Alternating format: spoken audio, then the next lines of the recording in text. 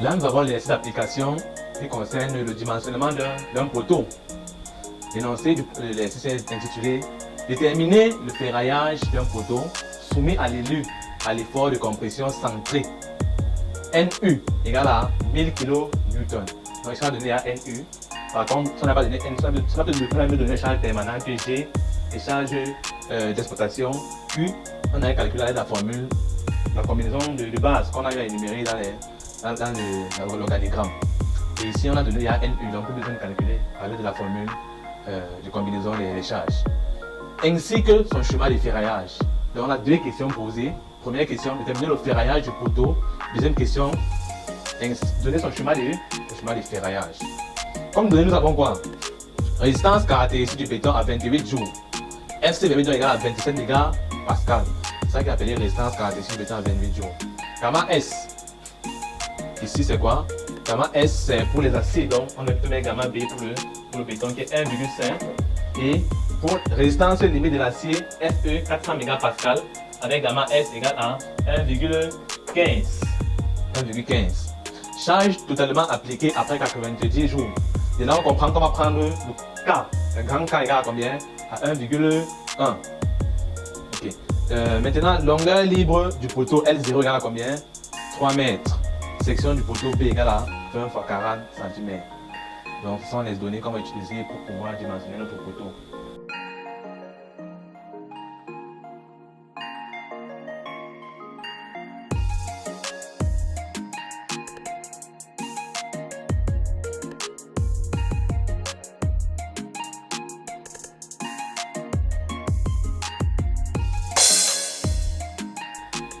Comme solution proposée par rapport à l'exercice tout à l'heure, nous avons d'abord les éléments à calculer tels que la longueur de flambement, LF. Puisque nous avons affaire à un poteau de bâtiment. Comme ça, un poteau de bâtiment, on va utiliser la formule qui dit que la longueur de flambement égale à quoi? À 0,7 fois L0. Donc ici, L0 c'est 3 mètres. Avec 3 mètres, on multiplie par 0,7 qui donne 2,1 mètres. Après cela, il calcule quoi? Il calcule le rayon de gyration. I min. Bon, on sait que c'est égal à la racine carrée de grand I sur B. Après tout calcul fait, on va trouver que c'est égal à A sur 2 racine de 3. Ok, lorsqu'on finit de trouver A sur 2 racine de 3, A est dans le petit côté de la section. Ça va faire 0,2, va se être 20 cm. On va mettre à mètre. Ça fait 0,2 mètres divisé par 2 racine de 3. Et donne 0,0577 mètres. Ensuite, on calcule l'élancement mécanique. L'élancement mécanique égale à quoi? Égale à la longueur de flambement divisé par I min qui est le rayon de gyration. Déjà calculé plus haut, on fait sur le rapport là, on obtient 36,37 qui est inférieur à 50. Comme c'est inférieur à 50, on va peut-être utiliser la formule de alpha 6. Donc alpha c'est égal à 0,95 divisé par 1. On va rajouter lambda par sa valeur dans la formule donnée tout à l'heure dans l'organigramme. On obtient comme résultat 0,682,19 qui est un coefficient sans unité. Je viens parler de ça précédemment. Ensuite, on calcule la section réduite BRE. Il a dit qu'on obtient BR en enlevant 1 cm sur chaque côté de la périphérie. Ça veut dire 1 cm sur chaque côté. Ça donne 20 moins 2 facteur de 40 moins 2. On trouve 6684 cm². C'est la section réduite. Puisqu'il y a une partie de la section qui ne travaille pas. C'est cette partie qu'on enlève. Donc, c'est ça qu'on appelle ça section réduite. Dans la section d'armature, proprement dit, section d'armature théorique ATH. C'est égal à quoi? À 1,15 qui est quoi? Qui est gamma S divisé par 400. Pourquoi je multiplie 400 par 10? Parce que j'ai envie de ramener le mégapascal en bas. J'ai envie de ramener toutes les unités de contrainte de mégapascal en bas. Maintenant, ici, on a pris 1,1 parce que plus de la moitié de charge était appliquée avant 90 jours. Ce qui fait qu'on a pris 1,1 comme énoncé dans le cours. Ça, c'est la valeur de NE qui est 1000. Je multiplie le 1000 là par 10 puissance 2 pour amener le kilonewton en décanewton. Et là, nous avons alpha qui est 0,682,99. J'ai calculé précédemment. Là, nous avons 684 qui est section réduite, fois 27 qui est FC28. Il faut multiplier par 10 pour convertir aussi la contrainte FC28 en barre. Divisé par 0,9 qui est un coefficient qui vient de la formule, qui est empirique. Et multiplié par 1,5 qui est le coefficient gamma B du béton. On a comme résultat 5,91 cm², section théorique de l'armature longitudinale. Je vais m'arrêter là pour essayer d'expliquer un autre autrement. Puisqu'il y a des cas où on trouve vous avez un 6 moins là au milieu. Ça veut dire qu'on peut faire la soustraction ici et trouver quelque chose de négatif. C'est possible, il y a des cas où ça arrive. Lorsqu'on trouve un résultat négatif, on conclut juste que le béton à lui seul peut supporter l'effort de compression. Donc en réalité, on n'a pas besoin d'armature comprimée, d'armature longitudinale. Mais étant donné que, selon les hypothèses émises au début du cours, on ne peut pas laisser un poteau sans armature. On a quand même calculé une section d'armature minimale. Donc ici, on a trouvé une section positive, donc ce qui fait qu'il faut forcément des armatures à la base. Donc quand on n'avait pas fait la section d'armature minimale, même au cas où on calcule la section d'armature minimale, qui est égale au maximum de 4U et 0,2%. A de 4U est égal à quoi? À 4 fois le périmètre. Toujours se rassurer que le périmètre est converti en mètres dans l'application numérique. Donc 0,2 plus 0,4 fois 2, multiplié par le 4 là, ça donne 4,8 cm².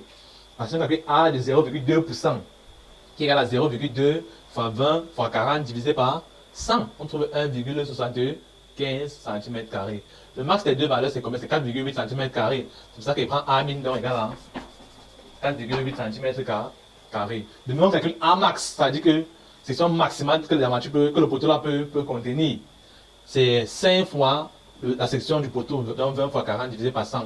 On trouve 40 cm². Et comme on a dit dans le cours, il fallait se rassurer que A théorique est inférieur à A max et supérieur à A min. Chose qui est faite, puisque celle de 91 est comprise entre 4,8 et 40 cm². Donc le choix est fait. Donc ASC donc sera égal à quoi? À A théorique. Donc on va prendre donc ASC égale à 5,91 cm². Lorsqu'on prend ce choix, il y a un document appelé ABAC. L'ABAC, c'est un formulaire qui permet de déterminer le nombre de barres en fonction du diamètre pour une section d'armature donnée. Donc dans mon ABAC que je n'ai pas ici présent, que je vais expliquer dans un autre cours, on a pris le choix 6HA12, ce qui convenait pour ce poteau. On a pris 6HA12. Ensuite, il est question de calculer le diamètre de l'armature transversale. On a dit combien l'armature transversale pour faire quoi? Pour lutter contre le flambement. Puisque le poteau flambe, c'est-à-dire gonfle ou bien se tortille, ça peut faire que les armatures longitudinales se détruisent, détruisent le poteau. Maintenant, pour éviter cela, qu'est-ce qu'il faut? Il faut une ceinture appelée armature transversale. Là, c'est son diamètre, qui n'est que supérieur à 1/3 de phi L min. Phi L min, c'est le diamètre de l'armature longitudinale. Donc, le diamètre minimal de l'armature longitudinale, on a trouvé ici combien? 12 mm. Donc, on fait 1/3 de 12 mm, on a trouvé 4 mm. Étant donné que sur le marché, il n'y a pas l'acier de 4 mm, sauf si commande est faite. On va prendre donc comme choix phi t égale à 6 mm. Après avoir obtenu phi t, c'est le diamètre de l'armature transversale, on va donc calculer l'espacement entre chaque cadre. Puisque l'on peut disposer verticalement, on place les cadres entre un intervalle bien précis, qui est calculé par ST. C'est inférieur au min de 40 cm de A plus 10. Ici, A, c'est le petit côté qui était 20. Et 15 fois phi L, qui est le diamètre de l'armature longitudinale, qui était 12 mm, qui est comme 40 cm, ça fait 1,2 fois 15. Et le minimal était quoi? Il était 18 cm, c'est-à-dire 15 fois 1,2. C'est le minimal là.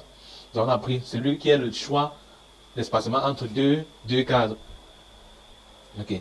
Maintenant, après avoir obtenu cela, qu'est-ce qu'on fait?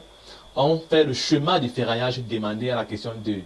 Comme schéma de ferraillage, nous avons proposé ceci. Comme on a pris 6HA12, c'est-à-dire 6 barres de diamètre 12 mm, on va les disposer ainsi qui suit. 1, 2, 3, 4, 5, 6 barres. Donc ça veut dire la distance entre deux barres doit être régulière dans le côté longitudinal, le côté transversal. Donc on va laisser l'arrobage là. L'arrobage, c'est l'espacement entre la périphérie extérieure et la périphérie intérieure de l'armature transversale là. Donc la distance entre cette armature-ci, le nu extérieur et le nu extérieur du poteau. C'est cette distance qu'on appelle arrobage.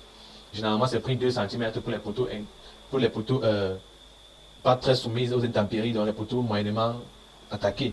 1 cm pour les poteaux carrément pas attaqués, dans les poteaux intérieurs aux maisons qui ne sont pas soumis ni à l'humidité, ni au contraste extérieur dû à la température, aux variations de température.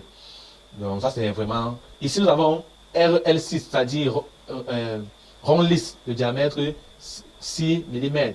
C'est pour ça qu'on a... C'est pour les aciers transversaux. Donc c'est ça ici. Donc c'est ça le schéma de ferraillage. Je pense que là, ceux qui n'ont pas compris, ils pourront poser les questions en bas de la vidéo, puisque nous allons reprendre aux questions et pour mieux vous éclaircir. Sachez aussi que il peut y avoir eu des erreurs d'écriture quelque part. Donc vous pouvez de même souligner ce fait. On va vous apporter les éléments de réponse. Je vous remercie d'avoir écouté la vidéo et à la prochaine.